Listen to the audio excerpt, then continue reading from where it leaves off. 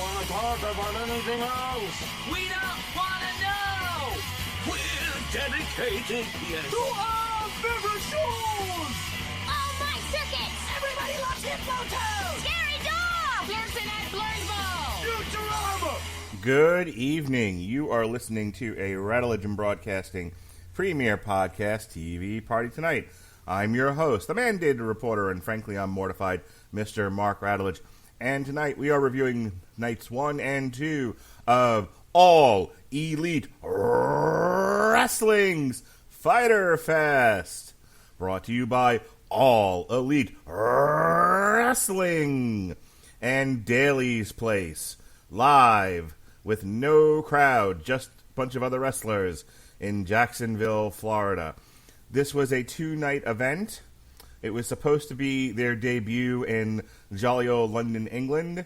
However, due to the COVID, no, everyone has to stay home. Everyone has to stay in their house, underneath their beds, with the lights off, with a sign on the door that says, "Beware the leopard." So, so they did not go to merry old England. They went to Daly's Place for like the umpteenth time in a row, and they broke the night over... They basically just called episodes of Dynamite Fyter Fest, and they had some marquee matches. And we were supposed to have Jon Moxley versus Brian Cage coming out of their most recent event, Double or Nothing. However, I think Renee Young, who works for the WWE, who is Jon Moxley's wife, she got the COVID, and then he had to go in the 2-week quarantine. So that's been delayed another week, which we will be reviewing that show along with Extreme Rules, the horror show. At least they named it properly. Yeah, next week. And so that's going to take place at Fight for the Fallen. Meanwhile, that sultry voice you just heard from our Canadian office is everyone's favorite Canadian. Ladies and gentlemen, the hardest working man north of the border in podcast and blogs, Chris Bailey. Chris Bailey, how do you do? Hardest working person from across the border. Boy, we're really cutting it down there now. If I'm the hardest working man across the border, I'm not sure what that says for our Canadian office. But anyway, I am here and actually excited to talk about AEW Fyter Fest. 2 nights of Dynamite repurposed. Perfect. I tend to not do Dynamite reviews or NXT weekly reviews. There's just not a lot of time on my schedule to do these things. But You jumped on my back, you twisted my arm, you rode me like a pony, and you're like, "We're doing this, Radulich." So I got up Yep, go ahead. I got up at the crack of dawn because I recorded with Alexis last night, and then it was past my bedtime. But I stayed up to watch night 2, and I got about 2/3 into it, and I'm like, I have to go to bed. So I woke up early this morning. How early? Real early. To finish watching, and now we're here. I'm here for you, Chris Bailey. I'm always here for you. Well, I am honored and blessed, and by God, what better opportunity and what better reason to get up from bed than AEW? I mean, let's be honest here. Start your morning with the Jurassic Express.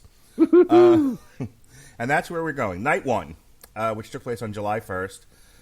We opened with the Jurassic Express, the Jungle Boy, and the Luchasaurus with the diminutive Marco Stunt defeated MJF, who's better than you and you know it, and the Wardlow in 11 minutes and 15 seconds.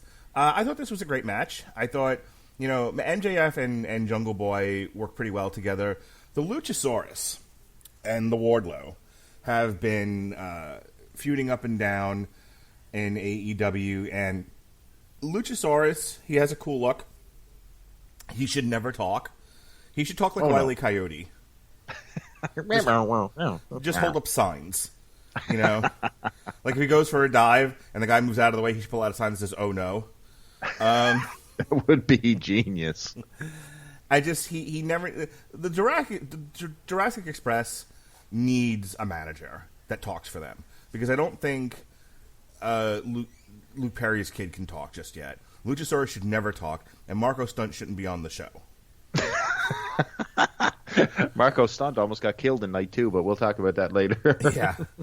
Send Marco Stunt back to GCW, have him wrestle his brother Logan a few more times, and then have them both get dragged off by their ears. True story.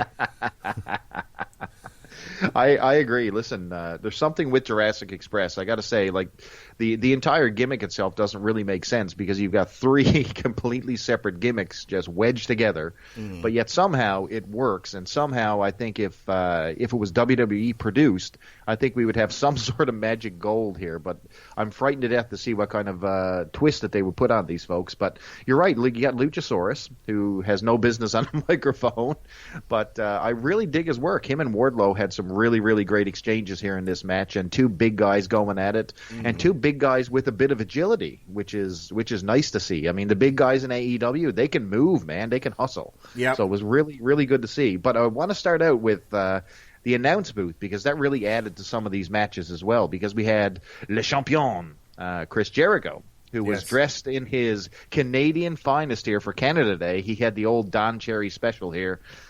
Came out dressed from head to toe in the good old red and white.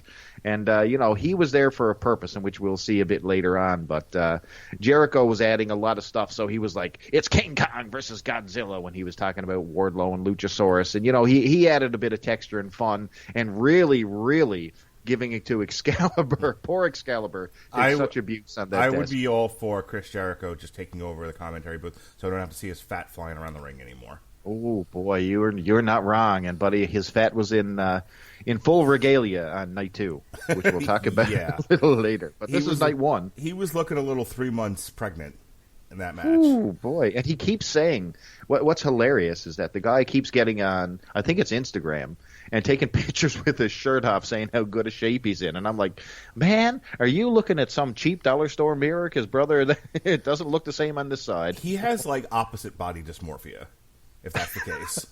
He gets up and he's like super happy with himself every pound he gains. Look at me, how skinny I am. Look at all my honey buns. So the Luchasaurus and Wardlow, my only other comment about them, because I like the match, but I think it was like Jungle Boy and MJF who were holding the match together. Okay. Luchasaurus and Wardlow, I think, have tons of potential. Even if you don't give Luchasaurus a mouthpiece, I think physically he's got tons of potential. He's a guy who needs a good agent to work his matches and be like, do this, not that. This is how you, if you're going to do an agile big man thing, this is how you do it. He needs some of his rough edges polished up. Wardlow just needs time. Wardlow, I don't know where he came from, but the Wardlow needs to be, he's a good heater, and he needs to kind of like be like a King Mabel in a way, where like he gets in, hurts a guy, gets out again. You know what I mean? Yeah, I agree. Yeah, absolutely. So as a heater, I think one of the big things is that you don't do a lot with them. You don't have them do weekly matches. You know what I mean? No. That was the deal with Diesel. So he worked so well because he stood behind Shawn Michaels for months and did nothing. Gave a guy a boot or gave a guy a punch. That's the most he did. But then he exploded in the Rumble, and all of a sudden he became his own man. So Wardlow being in the ring wrestling all the time, I don't think works in the heater role, but. He's more than good. I got to say, he's not bad. And we saw a lot of different things that I didn't see before. So we got to see a Jungle Boy springing off the back of Luchasaurus, onto Wardlow, doing like Canadian destroyers, and we had Marco Stunt jumping off the top rope and Wardlow tossing him to the outside like garbage. Like there was a lot of spots in this match that I think really, really worked, and a pretty good show opener. And these guys, Jurassic Express, they are like, if we had an actual crowd, I think that they'd be super over at this point. I agree. All right. So overall, pretty good match. These are just some observations, but overall, it's the kind of tag team match you mostly expect from All Elite Wrestling: good, bad, or indifferent. Next up, and not only that, we got to see Luchasaurus actually score a pin over Wardlow, which we don't get to see Wardlow lose very much. So that was an interesting finish right there. Not sure what they're headed for. We headed for another big man match, or is this one done and we're moving on? All right, your current women's champion Hikaru Shida defeated hot piece of ass Penelope Ford. They had a match. Penelope Ford seems halfway competent in there. Hikaru Shida, from what I understand, is, despite sort of Jim Cornette's machinations about Japanese schoolgirls not being able to wrestle, I think Hikaru Shida, and Brian Last corrects him about this all the time, and he just doesn't want to listen. but Hikaru Shida can actually go in the ring. Oh, big time. The problem is I don't think anyone Hikaru Shida in the WWE with Io Shirai or Asuka or Rhea Ripley, I think would tear it up. I think she rises to the level of competition in the ring with her, and she's not in there with girls who can go. So Penelope Ford, it's a hot piece of ass and everything, and I like to look at her, but I would not exactly call her a technical phenomenon. So they had a match in 11 minutes and 28 seconds. Could have afforded to be a little bit shorter, but overall it was okay. It was no big deal. Penelope Ford, like you said, yeah, obviously the look thing is really cool. I like the gimmick with Kip Sabian. I like how he involves himself in every match and all that type of thing. It's cool. They got a cool look. They got a cool vibe. But she is basically the Dana Brooke of this promotion. So she's there as food to the big wrestlers. You know what I mean? So yeah. Shida really put on a show here. It was good back and forth. Lots of good exchanges here. Of course, Shida was going to win the entire time. They have no intention of putting Ford over at this point, but there's something there, man. I don't know. Do you think she would fit in with WWE right now? I think they're a little bit overrun when it comes to women, but there's a certain look that Penelope Ford has that I think it's marketable, but hopefully AEW realizes it before it's too late, before she becomes job queen. No, because she would die in the shadow of Scarlett Bordeaux right now. Oh, because she'd go right to NXT. Yeah, she'd go right to NXT. And they've already got Scarlett Bordeaux, who they are focusing all their attention on when they're not dealing with women who actually, Tegan Knox just won a 4-way. Io Shirai just had a match on the Great American Bash with Sasha Banks, and Asuka was there and Bayley was there, and there's just NXT doesn't need any more women. No. I mentioned Hikaru Shida only because, if they brought her in, she'd be at the top of NXT, and she'd have a lot of good girls to work with, and her matches would be better. I don't think she pushes herself with the level of competition she's got in AEW.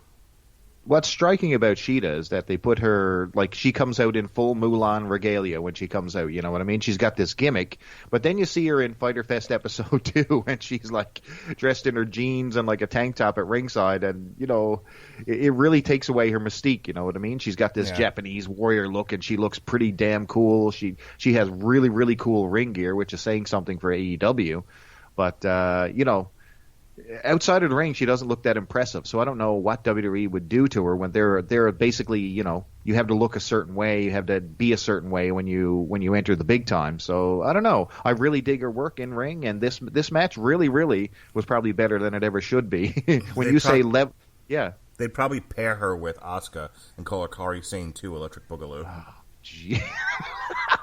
That's perfect. Hey, you, also Kairi Sane. Come here. I'm not Kairi Sane. I'm a whole other human being. Nobody cares. That's exactly right. Vince would not care, no. They would definitely be the Kabuki Warriors, too, right there. That's right. Right fast. Put this pirate hat on. Fuck you. All right. Speaking of fuck you, Jake Hager with Catalina Hagar, his wife, took on Cody with his wife, Arn Anderson, for the AEW TNT Championship. Cody, master of the 2-star gentleman special. That's exactly what 2 stars. Maybe that's pushing it, because I agree. You talk about a formulaic match layout. Cody Rhodes has it right to a science, my friend. 2 stars in a hurry. Yep. Yeah. I mean, look. I think when Cody wants to, when he's got a vision in his head, he'll cut his own head off in order to achieve that vision. But when he knows that he's in the middle of a 5-match show on, in a 2-hour cable broadcast, he's like, let's go out there, give him 15 minutes of fairly, 3 out of 4 gears, and let's take it home. And Jake Hagar is like, I'm just happy to not be yelling at Mexicans. Well done. Listen, where did Jake Hagar's wife? Where did she come from? Did I miss an episode of Dynamite or something? Because I completely missed the fact that she was part of his act now. I don't know when she became part of the act. I know she showed up at one of his matches. I want to say maybe it was against Dustin Rhodes, where She was in the audience and she was hooting and hollering. Oh yeah. I want to know why Jake Hagar wrestles like I dress. Like why is he wearing basketball shorts? Bro, those are not basketball shorts. Those are underwear. Those are $5 Walmart bin specials right there, my friend. And he was it's one of those pair of trunks that you see a guy and you're like, the dude is not wearing a cup. Like, he's just all over the place here, and you got a guy crawling between your legs, and you're executing moves, and this guy's balls all over your face. I mean, it's just not good. He's pitching a tent in those things he had on there. Wasn't fun. Yeah. Visually, it wasn't cool. But you're right about Cody. You talk about a guy who knows when he's in the middle of the card, and he acts like a petulant child. You could tell he dials back. He's not happy being on the mid card. He doesn't even do the full entrance. I mean, think about Cody Rhodes in the main event. He's got Brandy. He's got an entourage. He's got special comic book related gear that he wears. He had none of that here. It's like, yeah, I'm on the mid card. Yep. This is what you're going to get. 2 stars. Cheeseburger next. You know what I mean? I will wrestle a competent match. Now, Cody Rhodes gets the win here, and pretty unique little finish here. So everybody's familiar with like the WrestleMania 8, Roddy Piper, Bret Hart, the whole, you got the guy in like a full Nelson or some sort of neck vice and you roll over and you get the pin. So we sort of saw that here with the triangle chokehold, and he sort of floated over and scored the pin. So I'm surprised that Jake Hagar just lost the match flat out. Like that was a little weird like that because they were putting so much steam behind him. But I also wonder about the Inner Circle. Like, where was the Inner Circle? Jericho really didn't put him over as part of the Inner Circle. Seemed like he was doing his own thing here. So do you think that since we had poor Sammy ejected from the Inner Circle, do you think that we're winding down the Inner Circle, we're closing it up a little bit and doing their own thing, or do you think that this is just a one-off until Sammy, comes back from a suspension for bad words?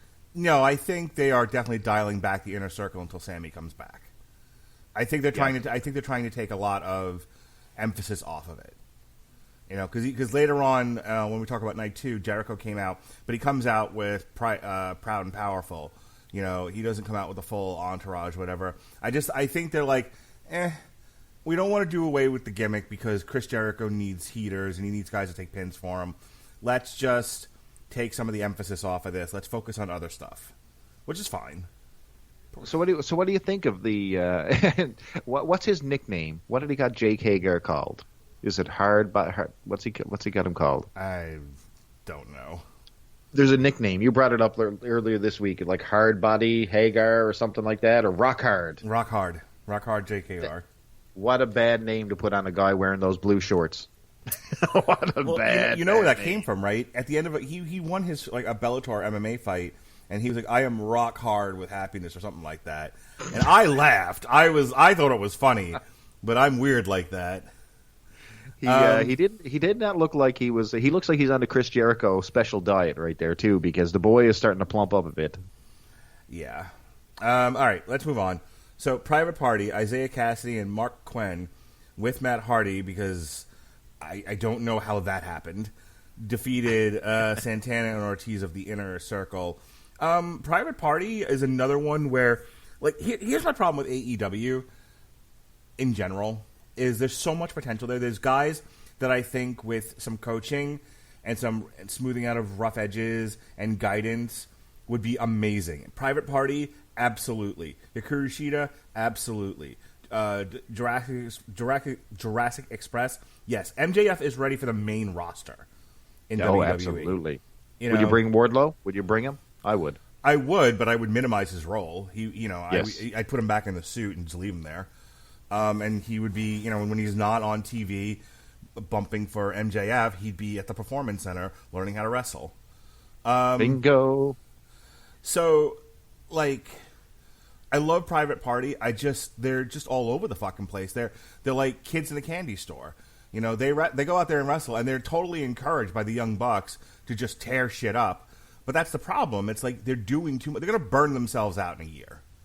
Oh, yeah. So just to address the little thing with Hardy. So, he went from, doing his broken Matt Hardy gimmick to now he's doing back to his, basically his tag team Hardy Boys gimmick. So the idea behind it is that Private Party lost a match one night.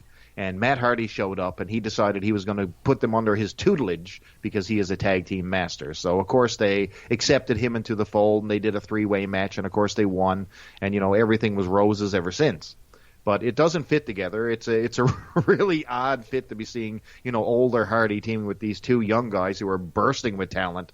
But like you said, too much too soon. And I know Jim Cornette definitely agrees with this. I mean, they're throwing every single move that you could possibly think of and more. And they're on both nights of Fyter Fest as well. Right. Night 1 and 2 featured, the Private Party. I think they have a really cool tag team, and I think there's definitely a big future in these guys. But one question I do have: when did leopard print mean party? Just answer me that. Since the 80s. Do you go to a do you go to a party dressed in your leopard print? I don't know. I know many women who do. Yes, I think you hit the point. Many women who do, and we'll move on from there. Good match. Go ahead. Let's go. Now I like Santana and Ortiz. I hate their ring gear though.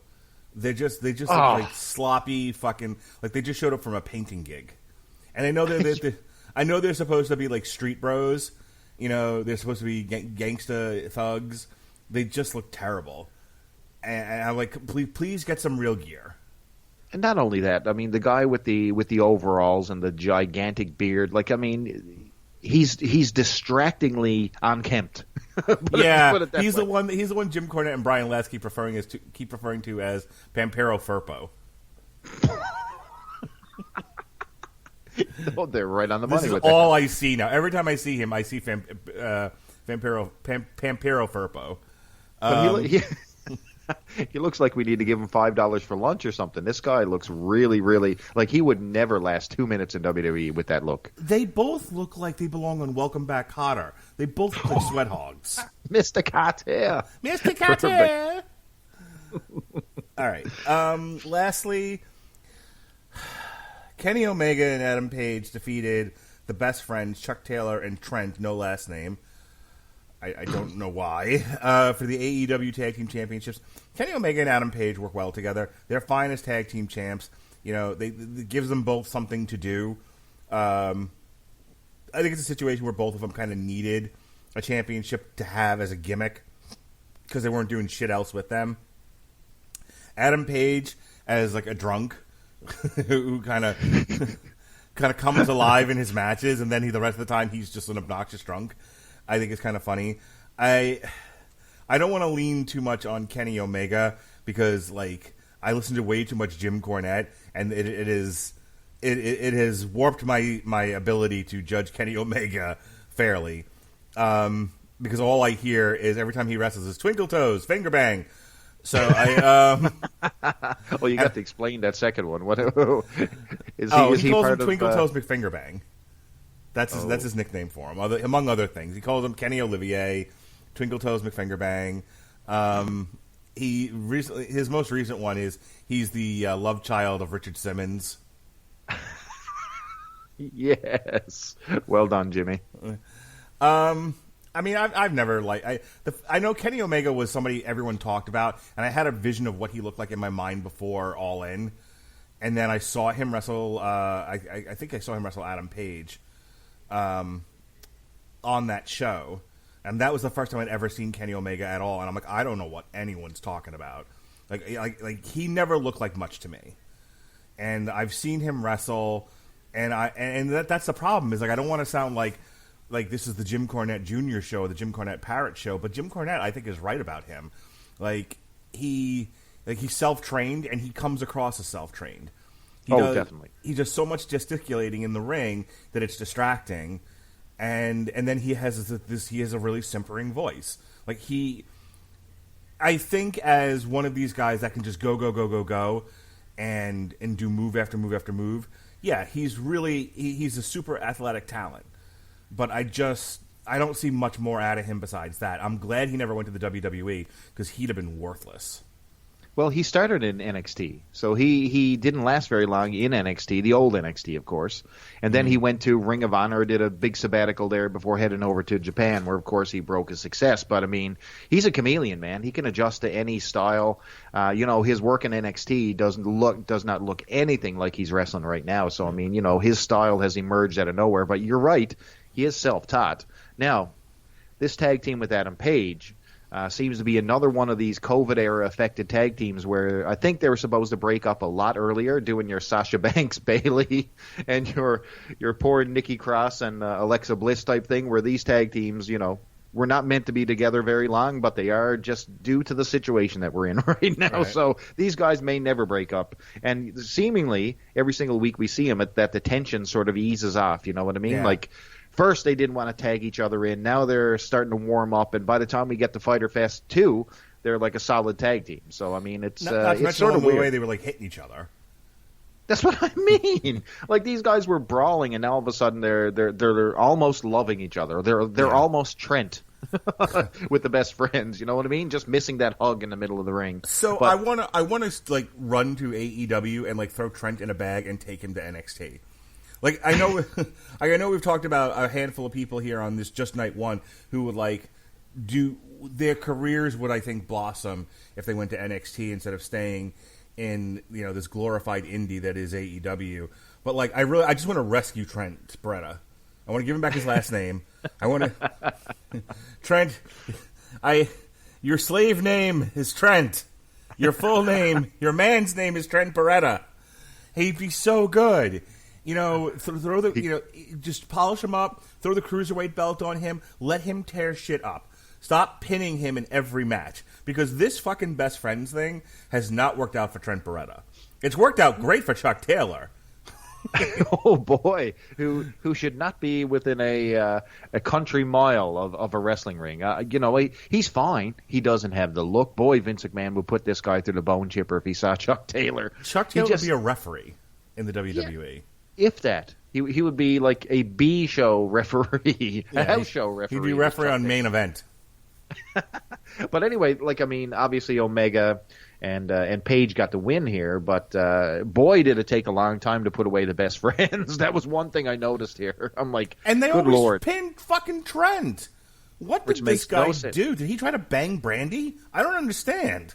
Yeah, there's so, and not only that, not only did they have him get Trent pinned all the time, but now he's got the extra baggage of his mother is their chauffeur, and she's his number one fan. So now his mother technically follows them. I think it's going to cause tag team problems between the best friends. Is that and then Chuck Taylor's going to end up beating him in a singles match, and I'm going to quit watching AEW. Oh my God! Then he goes on to become the Shawn Michaels, the HBK, the childhood dream of AEW. Chuck Taylor. Yeah, I don't understand why they look at Chuck Taylor, they look at Trent Beretta, and they go like, who's the Shawn Michaels of this team? Fucking Chuck Taylor. Okay. Why are they wrong? Holy ding dong! But anyway, enough of that. We got to see FTR walk down after the match. So of course, Page and Omega get the win, and FTR walks down to the ring to celebrate. And of course, they bring beer, which is always the celebratory drink that you drink right on live TV, right during a show. Sure. And this is the only time we get to see a little bit of dissension between the tag teams. So of course, Page takes the beer. He just turns around, looks at him, grabs the beer, and starts drinking. He goes over to his own corner. Now, Omega, they sort of got to force this beer down his throat. They're like, oh, come on, we're here giving you a beer. You got to drink. Yeah, then he and pours of course, it out. Yes. Now, we're dealing with a wrestling audience. How do you think the wrestling audience at home felt about the pouring out of the beer after going through the Attitude Era with Austin? Oh, I'm sure they thought he was a pussy. Oh, absolutely. So Kenny Omega just shot himself in the ass. Adam Page just became cultural icon. The guys love him. They love him anyway. I think that he's done a lot with this heel gimmick compared to what he was first. I mean, they started him out as the white meat babyface. That was definitely not working. I like this lone cowboy type of thing they're doing with him right now. Yeah. But yeah, so then things got tense, and then the good old Young Bucks, Chris Sheehan's favorite, came out and tried to settle everything down, and that's how we ended. Another Jim Cornette-ism. He keeps referring to them as like the Warrior Bucks, and so like with the tassels, yeah. And so every time so we're going to talk about this now as we move into night 2 when they had their 8-man tag with FTR, and one of the you have FTR in there. But, of course, it's one of the Young Bucks who's going crazy, doing all the moves, taking all the moves, just like, you can't hurt this guy. And all I can hear is Jim Cornette in the back of my mind going, oh, look, it's Road Warrior Buck. They look like the deflated anti-steroids warrior of WrestleMania 8. That's what they look like. Like they're really yeah, I know. What do you think of the Young Bucks? Like, talk about their look. Like they have a really, I mean, it's grown on me a bit, I will admit, but they're colorful. You know, they're rocking kind of like an '80s tassel look to them. You know, like a hair metal '80s look, which is fine. Like my problem with the Young Bucks is they go crazy and they do too much. And you know, Jim Cornette refers to it as like video game wrestling, where it's basically you mash moves until their health bar goes away, and then you hit them with a finisher and they're done. And that's kind of the young, you know, like there's no. Occasionally, I've talked about really good Young Buck matches, you know, with like the Lucha Brothers and some other. Which I can't wait to talk about the Lucha Brothers because they were like the highlight of night 2 for me. Boy. But my problem with the Young Bucks is the problem that like Jim Cornette and others have with the Young Bucks, which is their matches have no flow to them. It's just move after move after move after move, like, you know, and then like the gimmickry of like the super kick party where it's just they just do 101 super kicks in a row. Like that's not wrestling. No, and a lot of the psychology goes away for the simple fact that AEW looks like a collection of moves. Like lots of good matches on the show, but I think it just gets lost. The storyline goes out the door. You don't spend time, you know, dealing with psychology. You're dealing with flips and flippity-doos. That's literally what's happening. Yeah, so you're doing like a gymnastics floor routine until your time's up. Like, all right, go home. Okay. Like it's just like you said, it's a collection of moves until someone yells "go home," and then they go into their whatever their planned finish is. If you look at the competition next door, who's doing Great American Bash, NXT is much more reserved until you get to your main event slots. Than when you stick Gargano in there doing his same moves and, you know, Ciampa and all the guys. But on their undercard, they don't let everybody do every single move they have in their roster. So they're saving those for the takeovers. You know what I mean? But where do you go with AEW? If you're going to a bigger show, do they have extra moves that are extra super? No, they don't. It's the same moves that you're seeing on Dynamite. Yes. That's their answer to everything. It's like, well, the previous matches did all the moves in 10 minutes. What if we do all the moves in 20 minutes? Okay, but what about the next match? All the moves in 30 minutes. Okay, but we still have a main event. All the moves in 40 minutes. That can't be your answer. Yeah, and I think that's the biggest, and I will agree with that criticism of AEW right there. But anyway, we got night 2. All right, Kenny Omega and Adam Page. We've talked a lot about them. We already talked about Private Party before. Again, a very athletic, high-speed, all-action match here. If that's what you like, then this was a 4-star match. They, you know, no obvious fuck-ups that I could see. This was just like a high-intensity, high-move, high-work rate, 11-minute and 32 match. And your winners are your tag team champions, Kenny Omega and Cowboy Shit, Adam Page. Cowboy Shit, Adam Page. So lots of stuff going on here. A bunch of collection of moves, by the way, which was kind of cool. Man, Mark Quinn can go. Like, he is the Shawn Michaels of Private Party. He can do it all. He's got these unbelievable 450 splashes. He can do, like, there's nothing this guy can't do. The other guy is super great as well. Not to be too crazy about it, but, like, he is an inspiration. Mark Quinn is who I want to be when I grow up. He's so good. I think that on behalf of us both, that we could say we have a lot of work to get to Mark Quinn. Yeah, I don't. Maybe in another life. No, he's so good. Like he just. I have to give credit where credit's due. When you have pure athleticism, like you are gifted a body and ability to do the kind of shit that like a guy like Mark Quinn can do, or what's his face from the Street Profits. The one who's married to what's her face who does like the crazy vertical leaps. Come on, help me. The hair twirler. You mean on? Oh my goodness, how are we losing our mind here so much? I'm so old. So Dawkins and yeah, oh my God. The other guy, the other guy, the guy from the Fresh Prince. Yes, Jazzy Jeff. Both of those guys are such natural athletes. Like, they're an inspiration. I love them. I want them to succeed. I can't imagine a day where the two of them actually wrestle each other. I think it would break the earth. Like, they're just that good. It'd be so good. It would be so good. But I mean, think about what we got here. You got Private Party. Well, wait a second. You got Adam Page and you got Kenny Omega, who finished up night 2, and now they're starting, or finished night 1. Now they're starting night 2. It seems like this match went on forever. You know what I mean? It felt like I was watching the exact same show. I'm like, wait a second. Oh, the guy's named Montez Ford, by the way. Yes. That's who we're talking about. Montez Ford of the Street Profits. But I thought I forgot all about the Best Friends. That's how interchangeable some of these matches are. And I turned on night 2, and I'm like, wait a second. Am I watching the end of night 1? But no, I wasn't. Yeah. Really, really thought the match was good, though. But yeah. Adam Page, I love that 450 or that flipping clothesline off the rope. I really do dig that. I got to say, even though he lands on lariat. runs. Yeah, he fucking hits that thing with authority. He does this little side torque that is missing. You know what I mean? Like Stan Hansen when he used to lay in a lariat. That's what he used to do. He used to come in and he just used to axe bomb you. Boom, off goes your head. And that's the same thing that Page got going on. So good on him. I think Adam Page is a shining star. Kenny Omega is just a bunch of flip-de-doos and finger bangs. So yeah, and they won. still the tag team champion. Finger bang. And I would love to see the Street Profits and Private Party with Montez Ford. So there you go. We All right. we reclaimed that one. This next match was 11 minutes and 17 seconds, and it was 11 minutes too long. I love Lance Archer. I am down with the Murder Hawk. They're starting to rebuild him. The Murder Hawk should not have had 11 minutes and 17 seconds worth of problems with Joey fucking Janela. Oh, Joey Janela needs to be on Dark. You know what I mean? Well, Joey Janela is finding garbage matches. Like, he was just at the GCW Backyard Show, which if you if you've got like $10 to $15 to spend, it's worth it to see Schlack blow somebody up with firecrackers. It was hysterical. I had people in the house for that, and they had never seen Backyard Wrestling before or had never seen GCW.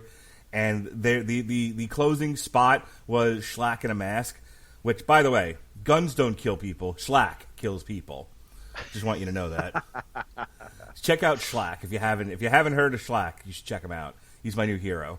Anyway, I got to check it out. Schlack came out in his America Zulu pants, and he wore a mask. So he was not Schlack. He was El Schlacko, and he tied JJ Escobar to a chair, and then put fireworks in his pants and blew him the hell up. What? It's great.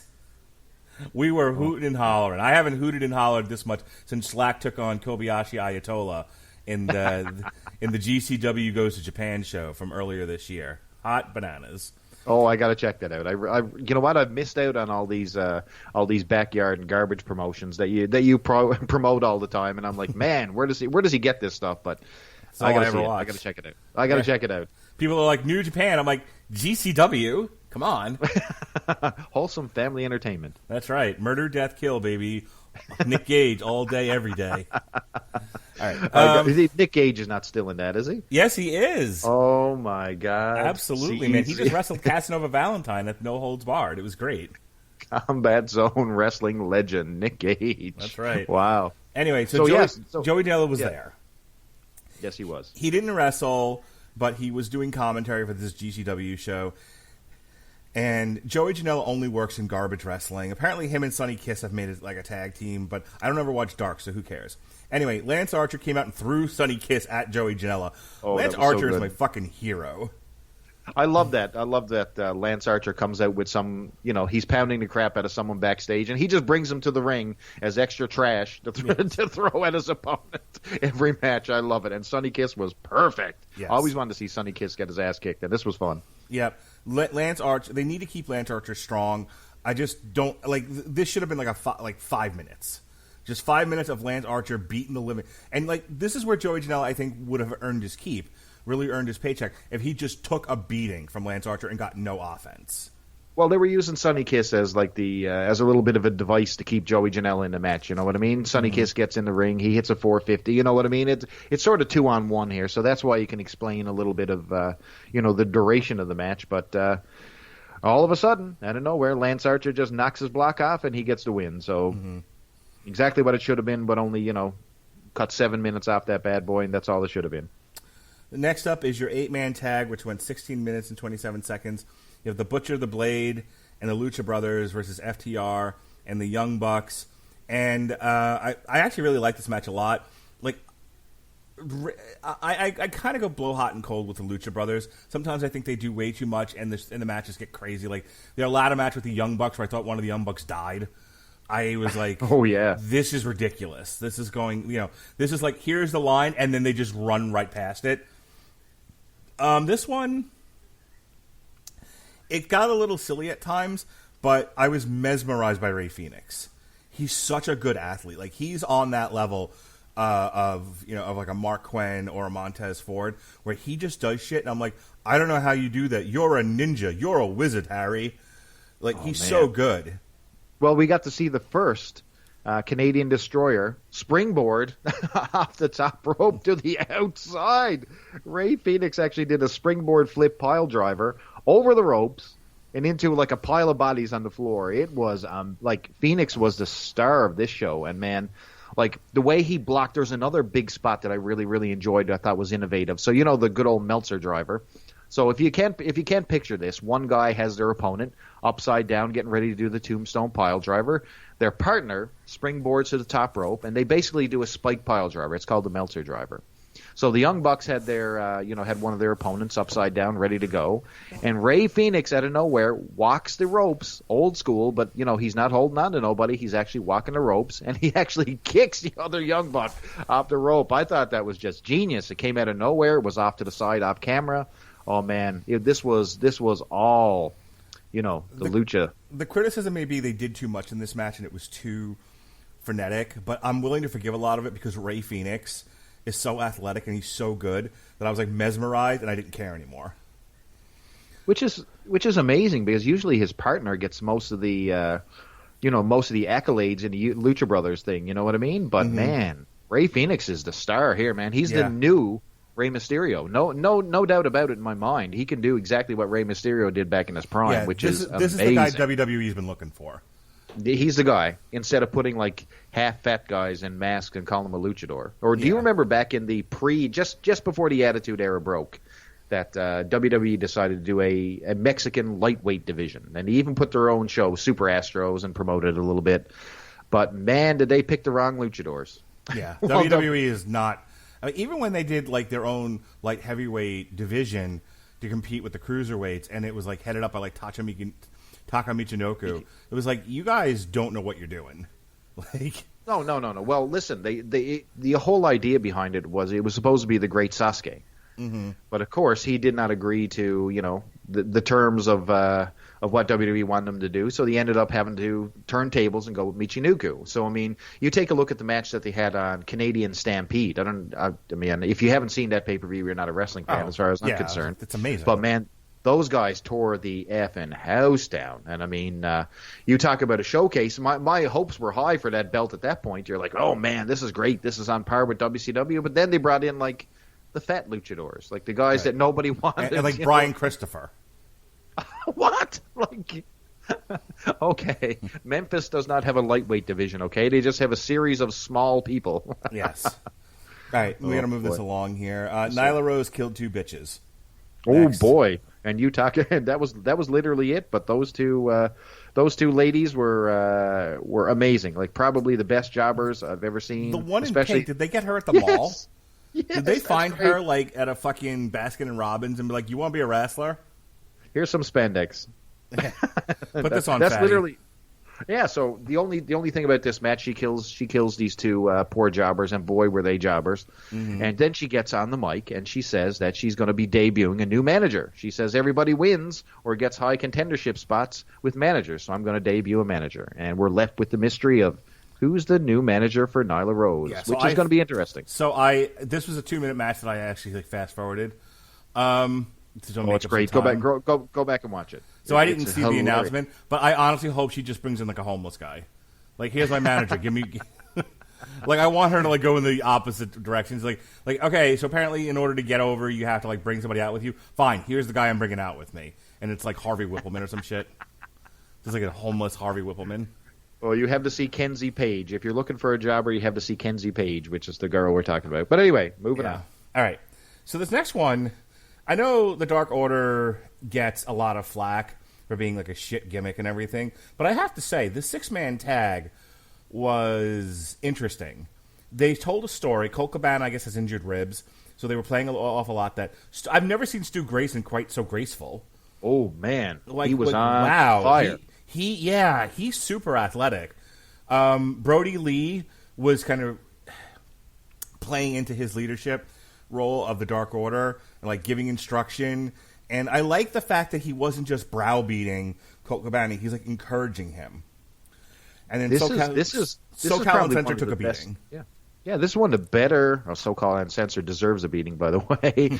But man, this Dark Order gimmick has taken a turn. I think with with Brody Lee as the leader, they've really picked up their game here. And I love this Colt Cabana. I don't know why they chose Colt Cabana for this role, because do you pick a mid card jobber to enter your ranks and make such a big deal out of him? But anyway, they're making it work. I really do like the fact that they've managed to manipulate Colt Cabana to join their group. He's injured during this one, and they protect him. And like you said, they're not browbeating him, or they're not doing the the manipulative mind slave gimmick that they normally do with like the Wyatt family. They're just saying, "Hey, we're here to help you," and they're sort of conniving, and they've roped him in. I was gonna say they laid out one of the guys from SoCal Uncensored, and then like they let him pin him, like make him feel good about himself. I'm like, wow, that's actually pretty good storytelling.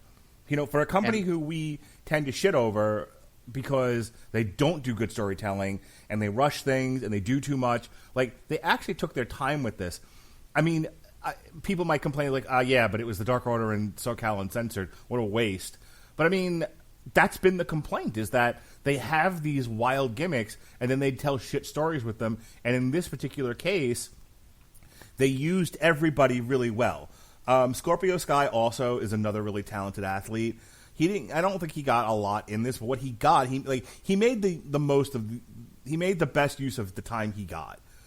I need to see more Kazarian Sky in the ring and less Chris Daniels and less Fatty Daniels, who hit a beautiful moonsault, by the way. You know what? You got Sky in there. Who he reminds me of? He reminds of like Queen and like that guy, the new guy, who's the lead singer of Queen right now. That Adam, the lead singer of Queen.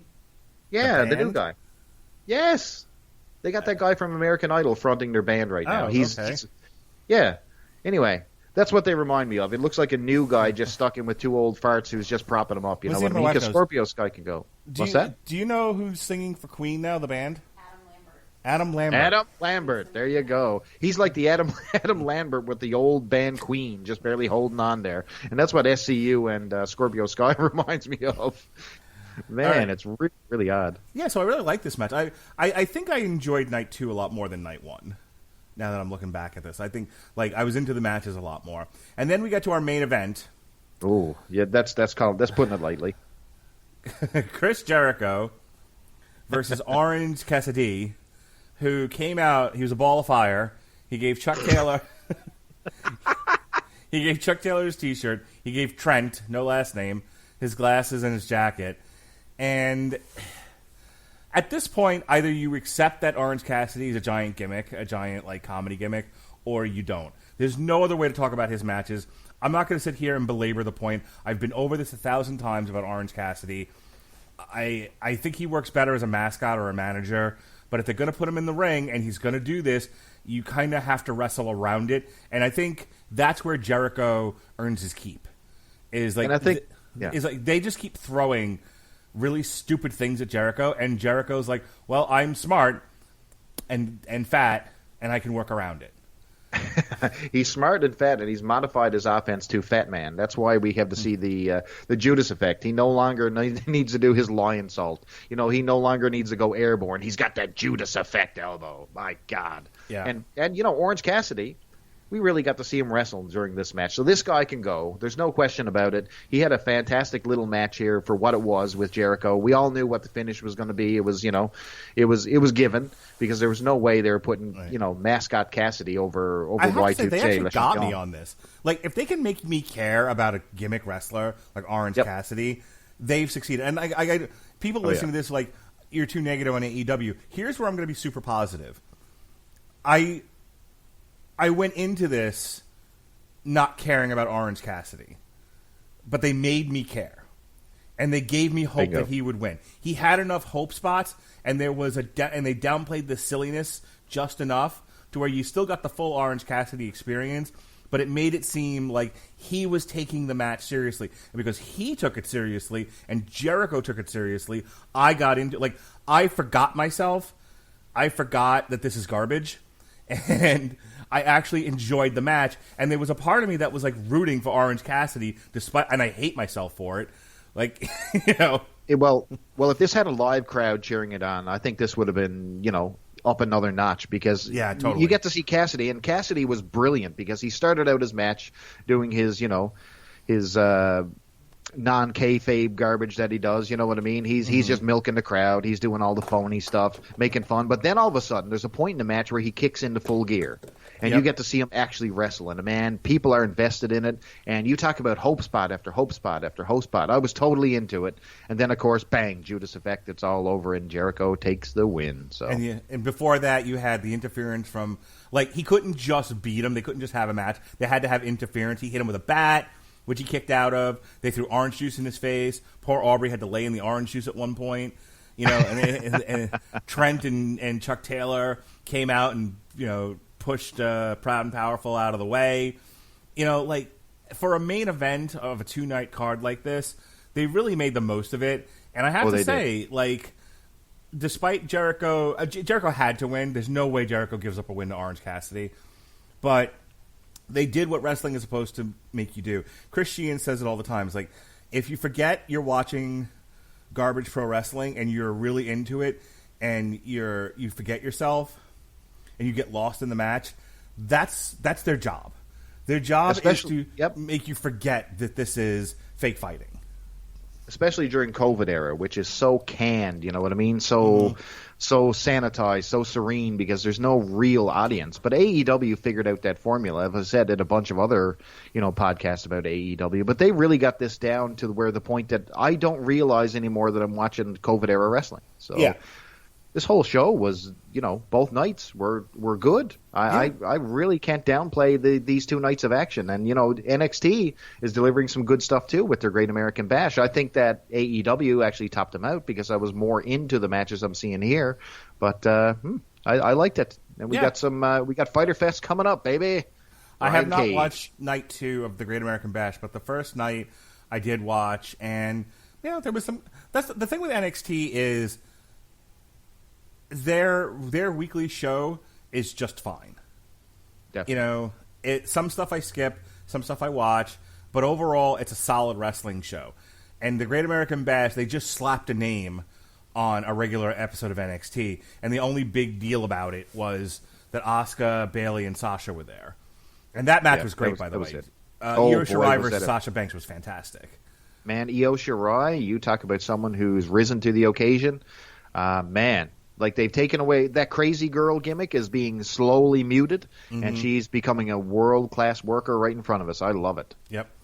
But, like I said, like, AEW, I think, put out something special with their 2-night Fyter Fest, and I'm excited to see what they do with Fight for the Fallen. I want to see fucking Moxley versus Cage already. I like that they've delayed it, though. They've offered it, they've taken it away, they've offered it again, they've taken it away. So, boy, did they have something to deliver. Yeah. Hopefully Mox has stayed away from his wife and doesn't get the COVID again. I wondered, will Moxley wrestle in a mask? Just come out in a hazmat suit. Yeah, that'll be hilarious. They should do that. Little hamster rolly ball, just kind of wee. And just prediction time. Who's walking away with that championship? Gosh, my brain says Mox, but my heart says Cage. Oh, yeah, I think Cage with Taz as the manager, I think he needs to walk away. I'm not gay, but I love Cage's look. Me too. God, a nice, bulgy, muscular, muscular man just looks like a wrestler from like right out of the '80s. Melissa. Blah, blah, blah, blah. And TNA actually botched that guy. I know. They made him like put over women. Lose to Tessa Blanchard. Oh, Jesus. Me running. Ugh. That's why I don't watch. Oh man. Impact. Look. I like Tessa Blanchard. We loved her. My daughter and I loved her on Women of Wrestling when she was like the bitchy champion who was trying to avoid having to wrestle Jungle Girl again. That was all well and good. But as soon as TNA was like, let's put the belt on her, I was like, done. I'm not even giving this a chance. And then it was fine, but it was a lot of you really, really had to hold on to your PC pants to watch that show. I guarantee you, it was a lot to take in for a guy. Yeah, I'll give you a lot to take in. Only while you're running. That's right. All right. So the next time we get together for wrestling, we have Fight for the Fallen, which is Wednesday, July 15th, and then we have Extreme Rules, the horror show. Oh, the horror. It might be the most applicable title ever on a pay-per-view, but we'll see. That'll be Sunday the 19th. So we'll review both shows on Tuesday, July 21st. Last night, myself and Alexis Hannah reviewed the new Looney Tunes shorts from HBO Max. Myself and David Wright reviewed the new season of Harley Quinn. And Alexis Hannah and I reviewed Harley Quinn and Poison Ivy from 2019, the comic book. We have also done Batwoman, The Many Arms of Death, Batwoman Season 1, the new Mushroom Head, and Because He Made Me, the Velocipaster. Oh, I love that episode. That was fun. Yes, the High Priest of the Hoi Polloi, Jason Teasley. Teasley's hilarious. You got to tell him that for me. I thought he was great on that show. So you can check out all those shows in the archive. Next week, we've got the Old Guard. Chris Sheehan is taking up the mantle left behind by Alexis Hannah. She'll be on break. And then myself and Robert Winfrey will be reviewing the movie The Old Guard, which drops on Netflix tomorrow. Jesse Starcher's back, and front, and crotch, and feet, and head. Has he paid all the people, Mark? Are all the people paid right now? He's working on April. That's what he's working on. We'll be reviewing the new one of Chris Bailey's favorite bands, Ennis Ferrum, and their album Thalassic. Pickles. Have the CD right here. Yes, because he Chris Bailey loves the folk metal. Absolutely. Me and folk metal, those are both Google terms together. They're paired with. As soon as you type it in, you'll see Chris Bailey right there with it. That's right. And then finally, I just got it confirmed yesterday. We are doing our chapter on Muhammad Ali July 16th, so you can check that out from me and Pat Mullen. And then just one last thing I want to plug, and then I'll throw it over to you and we'll get out of here. David Wright is picking up the mantle, and he's going to be starting his own Star Trek retrospective. We're going to be starting off with the Kirk movies. That's the motion picture, Wrath of Khan, Search for Spock, The Voyage Home, the Final Frontier, and the Undiscovered Country. So we'll look. When are you launching that, brother? That's going to be July 23rd. Can't wait, man. I'm super into Star Trek. When we're recording it, so go ahead. Yeah, I'm excited about it. I rewatched all those movies. I showed a few of them to my daughter. Oh no, you didn't make her watch the motion picture. No, God no. I wanted her to like Star Trek. So you got to see the director's cut of the motion picture with the 9-hour shot of the Enterprise at the beginning with no edits. It's beautiful. On the back it says "We break for nothing." No Boy, thanks. No thanks. No, I started her off with Star Trek 4. I was like, here's a way to get my daughter into Star Trek: whales. Oh boy, it all works. All right, yeah, you've got some super blog team up stuff to plug, so go plug it. Oh man, so we just came off a super fun super blog team up, which we did expanded universe. We covered a ton of ground here, from Ghostbusters, Teenage Mutant Ninja Turtles, Flash Gordon. We did it all, Mask, you name it. We covered it all, so check that out. Hashtag Superblog Team Up, hashtag SBTU, and you'll find all that fun stuff. I'll be teaming up with Between the Pages blog. We're doing a co-blogging thing with myself and Vic Sage. We're teaming up, and we're doing something on Thundercats and... Let me see. Thundercats, and I don't even know. I'm blanking out here. But my part is Thundercats, by God, which I'll be doing. So that's going to be fun. Oh, Masters of the Universe. Yes, Thundercats and Masters of the Universe. If that's your thing, you're going to be able to see a special little blog edition coming up very soon. I'll be back on the saddle with Mr. Chris Sheehan. We got a brand new project coming out of the woodworks. If you thought Moratory Mondays was a niche little podcast, boy, we're going for a niche of a niche here, which we will not reveal till it launches, but it's going to be super fun. And of course, we got all the wrestling lined up with the Radulich and Broadcasting team here with Mr. Mark Radulich and the Podsman. Can't wait. All right, folks, thank you for joining us on TV Party tonight. Enjoy your weekend. Be well, be safe, and behave.